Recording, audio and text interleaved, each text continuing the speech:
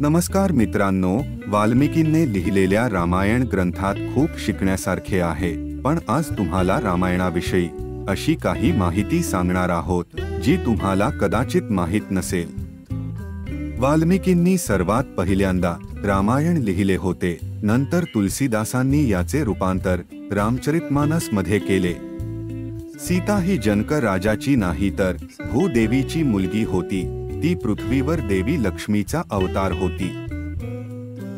जेव्हा रावण शंकर देवांचे दर्शन घेण्यासाठी कैलाश पर्वतावर गेला, तेव्हा त्याला नंदीने दरवाजावर थांबवले। त्यावेळी रावणाने त्याची मस्करी केली, त्यामुळे रागात येऊन नंदीने त्याला शाप दिला की त्याच्या राज्याचा नाश एक माकड करेल।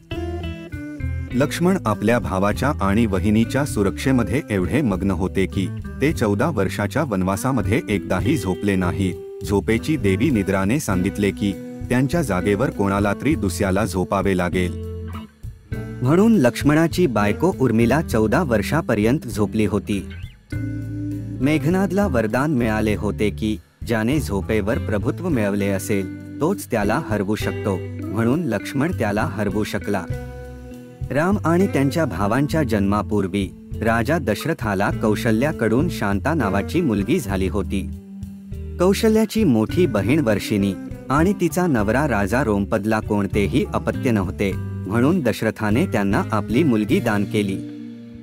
शंकरदेवांना प्रसन्न करण्यासाठी रावणाने स्वतःच आपले शीर कापले होते, पण त्याचे शीर सारखे उगवत होते।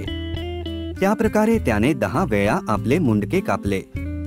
हेच 10 शीर त्याला शंकरदेवांनी परत केले होते।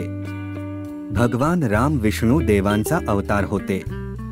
भरत त्यांचा सुदर्शन चक्र होता आणि शत्रुघ्न त्यांचा शंख आणि लक्ष्मणला त्यांचा शेषनाग मानले जायचे।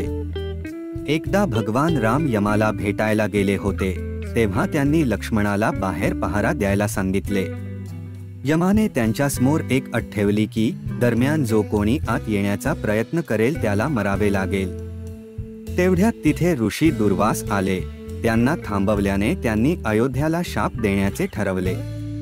त्यामुळे लक्ष्मणाला नाईलाजाने आतमध्ये जावे लागले। त्यानंतर लक्ष्मणाने सरयूला जाऊन आपला प्राण त्याग केला। राम राजा बनल्यानंतर एकदा त्यांच्या दरबारात नारदमुनींनी हनुमानाला विश्वामित्राला सोडून सगळ्या ऋषींना नमस्कार करायला सांगितले, कारण विश्वामित्र हे पूर्वी राजा होते। त्यानंतर नारदमुनींनी जाऊन विश्वामित्राला भडकावले। त्यांनी रामाला हनुमानाला शिक्षा द्यायला सांगितले। राम आपल्या गुरुचा शब्द मोडू शकत नव्हते, म्हणून त्यांनी हनुमानाला बाण मारले आणि त्याच वेळी हनुमानाने रामाचा जप सुरू केला। एकही बाण त्याला लागला नाही। त्यानंतर रामाने ब्रह्मास्त्राचा वापर केला, परंतु तरीही हनुमानाला काही झाले नाही। अखेर नारदमुनींनी हे युद्ध थांबवले। संपत्तीचे देव कुबेर हे रावणाचे सावत्र भाऊ। रावणाने त्यांना हरवून लंका काबीज केली होती।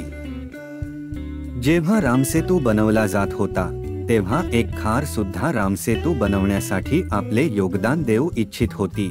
तिने जेव्हा 3 छोटे दगड उचलून आणले, तेव्हा काही माकडे तिच्यावर हसली। त्यामुळे दुःखी होऊन ती रामाजवळ बसली। तेव्हा श्रीरामांनी तिच्यावरून प्रेमाने हात फिरवला। त्या दिवसापासून खारींच्या पाठीवर त्या रेषा आहे।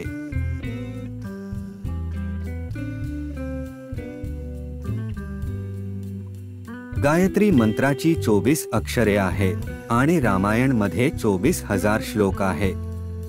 प्रत्येक 1000व्या श्लोकामधील पहिले अक्षर एकत्र केले तर गायत्री मंत्र बनतो।